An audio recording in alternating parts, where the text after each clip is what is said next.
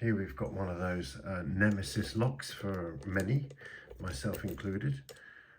This epoxy Yale. The key doesn't have anything particularly special about it, but it's still proven to be pretty much a tricky pick. So I'm going to use a 40 thousandths Z wrench, top of keyway. And I'm going to use this Moki pick. They're lovely polished handles, quite thin and flexible, good for navigating through the warding on these tricky Yales. So let's start pin 1. Nothing. 2. Nothing. 3, 4, 5, right at the back there, 6, 5, 4, 3, 2, a little bit of rotation on the core on 2 there, which is good. That's a good start. Let's get a 1. Okay, 1 is set. Even more rotation on that core. In fact, that's dropped into a nice full set now. So that would suggest all the standard pins are set, and we're now hung up on a spool pin somewhere, thank goodness. Let's hope that the spool pin will talk to us. See if we can find it. So I've got some counter rotation there on what looks like it could be pin 3.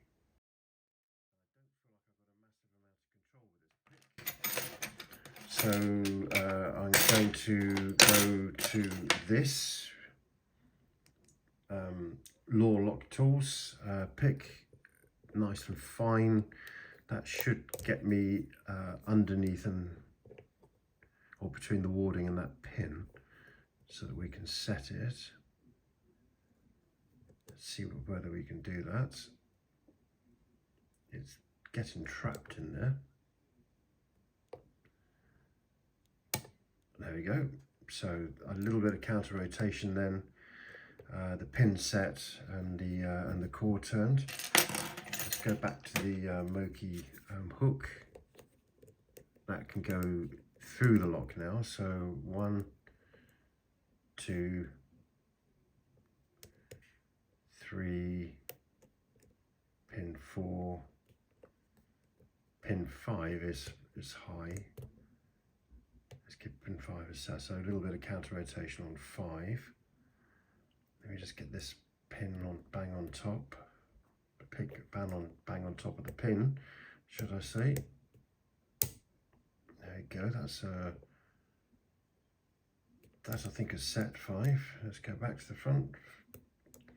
1. There's 1, 2, 3, 4 is feeling high in relation to 3. Let's just see whether we can just encourage that down a bit.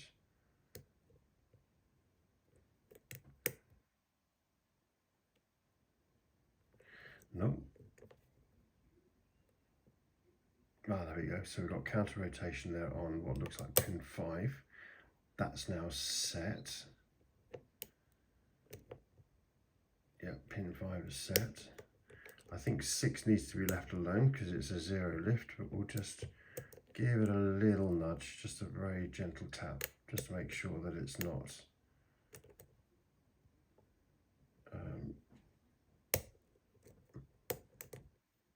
There you go. Right, back to the front. There's 1, bit of rotation on the core again. There's 2, 1, 2, 3, again rotation on 3. There we go, that's set. Back again, 1, 2, 3, pin 4. Felt high. Click there, 1, 2, 3, pin 4. pin 5 again. Okay, a little bit of counter rotation on pin 5. There it goes. See this time whether we can encourage it to set without losing the lock.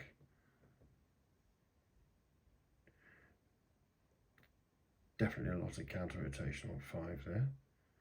It's pulling the plug round. I feel like this pick isn't actually capable of pushing that down far enough. Let's see if we can find a deeper hook somewhere on the table. Here we go.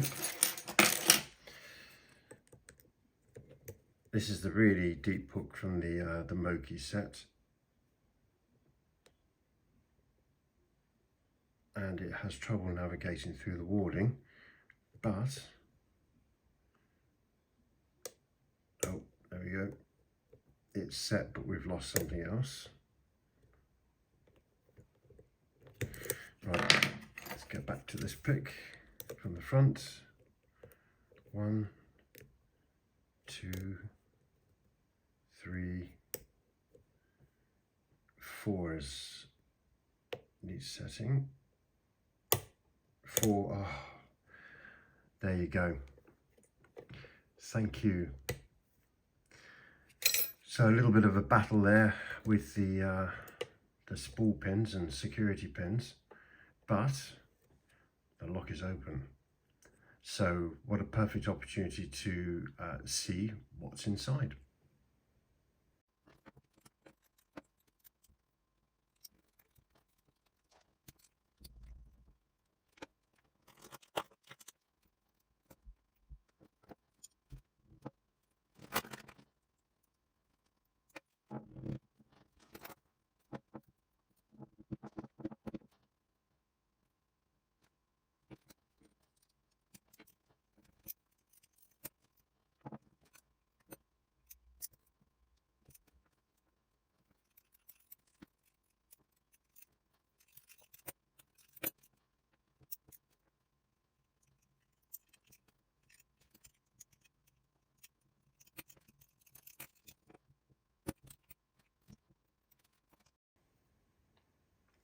Right, gutting completed. So what have we got inside this lock? Well, the key pins are all standards. The first key pin is made from a steel, so it's going to offer some drill resistance at the front of the core, and then also protecting the front of the Bible and the first driver pin is also steel. And then inside the core itself, I've got 1, 2, 3, 4 spool pins and 1 standard brass pin.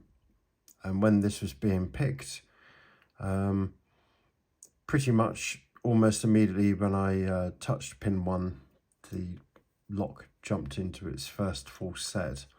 So, and from that point onwards, obviously the other pins all interacted and did what spool pins do. There's a spring missing here.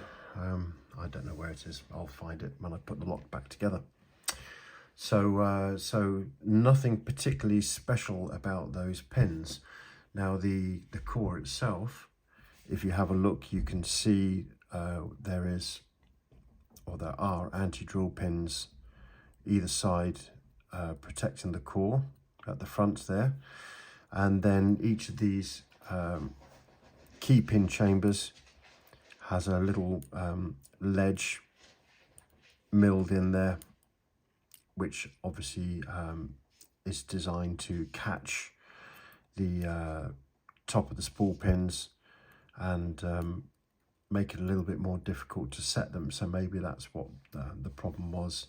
The clicks that I was getting, the couple of clicks, was because of these this milling that you see on the top there. And in the actual lock body itself, in the cylinder, all of the driver pin chambers, the drilling in all of those appears to be absolutely standard, so there's nothing special going on there. So all in all, obviously there's a couple of drill pins here as well, protecting the Bible, any drilling attacks from the front of the Bible there. So so all in all, it's just pretty much a relatively standard lock with spool pins, but the warding on these is particularly difficult to navigate with a pick, and also the bitting on the key always conspires to make it a little bit harder to pick.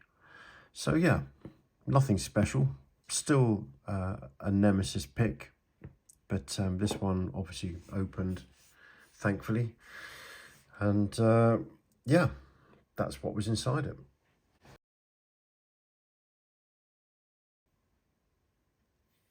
Just thought I would add the key pins and driver pins have both been put back into the core here, and you can see how they were interacting during the pick. So you can see that pin 6, which I thought was a zero lift, is still some lift going on there, not a lot, but they put a spool pin in there, a very slippery spool pin. But to be fair, the spool doesn't play at all in the pick, because the depth is literally the bottom of that spool, which is why it's not staying in there. So that really was a bit of a waste of time. You can see the anti-drill measures in pin 1 are just basically standard pins, so they're not really going to offer much pick resistance. And then in position 3 were standard pins as well. So again, they just needed to be set. But what's really interesting is if we take those out, the remaining 3 spool pins, as you can see, are all pretty much buried fairly deep down inside that lock, and therefore when these are being picked, they are most certainly coming into play, and there's certainly going to allow quite a degree of counter rotation during the picking process. And then also that milling in the top of the core there, it's just going to catch those as they pick, so they virtually need to be picked twice. So quite an interesting combination there, and some good bitting on the key to allow those spool pins to really take effect and make the pick just that little bit more tricky. So here we've got the core. I've popped the key pins back in there. There's the key with the bitting, and when we pop the key in, you can see it interacting with the key pins as it goes in and out. The cut on the end there that I thought was going to be a zero lift actually has a little bit of lift to it, not a lot. But as all of these pins are moving when the key's going in and out, there's clearly no little shelves or anti-bump measures going on inside this lock, so stand a good chance of being able to bump this open. Also potentially with a pick gun, but this pin at the back there definitely stands a chance of being overlifted and overset, preventing the core from rotating, of course.